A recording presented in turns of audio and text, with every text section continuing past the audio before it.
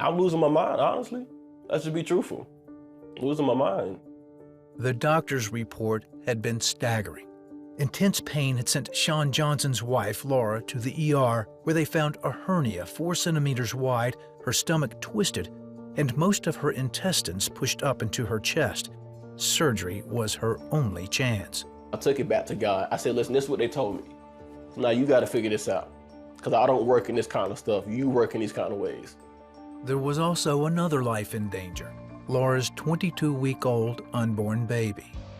The only thing in my mind was, take care of this pain so I can finish carrying this baby. Right away, the 2 gospel musicians turned it all over to God. You got this. This is your battle. I understand that you're using me. It hurts. I'm human enough to say it hurts, but I have confidence in knowing that you got me. With such a high-risk surgery, Laura had to be taken to Medical University of South Carolina in Charleston. Then, 2 days later, when the surgical team opened her up, they found it was much worse than they thought. 1 lung was compressed, her heart was pushed to the right side of her chest, and 3 feet of her intestines were dead. Instead of a few hours, the surgery would take days. Her surgeon, Dr. Barry Gibney.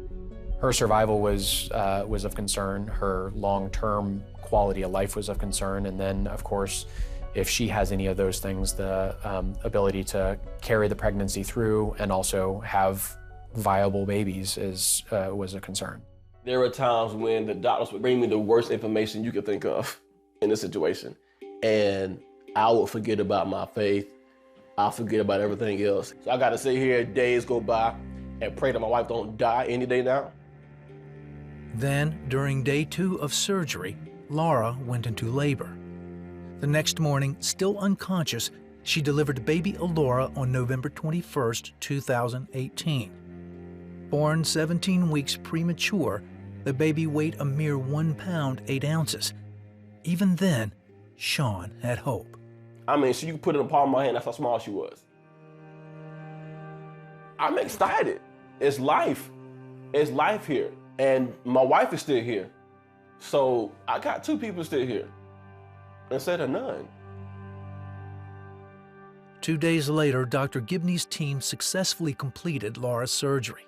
Coming out of sedation, the mother knew something had happened to her baby. And she starts pointing her finger like this. And I had a picture of her footprints. I said, she's here, she's fine, she's here. And she started crying. She was really concerned about that the most, was about Alora. And for good reason. Over a period of 4 months, the baby would face a host of life-threatening conditions, including 2 brain bleeds, hydrocephalus, chronic lung disease, and would undergo 2 brain surgeries. At one point, the baby was so close to dying, they called the parents in to say their goodbyes.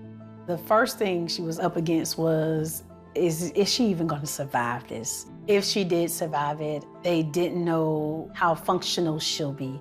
Great possibility of having the worst case of cerebral palsy. Just everything that develops a child or a fetus into their human being was being challenged. She was almost too fragile to operate on. Whether it be her hair, her chest, her stomach, her heart, anything else could potentially kill her. I didn't feel any hope from any of these messages at all.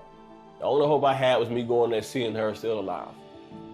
So as Laura continued to recover, her family, friends, and church continued to pray. I felt like an army was fighting for me. Generals giving orders, like my dad, he would come and sit at the foot of my bed and just sit there, but you could feel that he was covering me. And I refused to believe that the Lord allowed me to go through a 5-day surgery that they estimated would be 5 hours for her not to survive after the fact. I wasn't taking that for an answer. Then at 5 months old, stable and feeding from the bottle, baby Alora was cleared to go home. I'm just thankful. I know it's simple, but that's just the truth. I'm just thankful. Like, I get to literally wake up to a child every day. That's mine, she's here.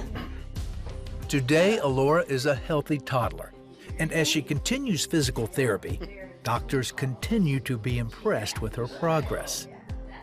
She like to joke, have fun, laugh. She can be bossy, but still a fighter still. seeing that she's gonna have these challenges, I'm up for the fight. We all are. All the way down, good. As for Laura, she's fully recovered. She and Sean are grateful for the expert medical care they received, and especially for God's provision and love every step of the way. He's given me what I need to be able to endure. I could have been dead. Like I could be a memory, but I'm not. And I have to believe that I'm here for a specific reason. There's a reason that he left me here to share this story. And so, as long as I'm allowed to tell it, I will.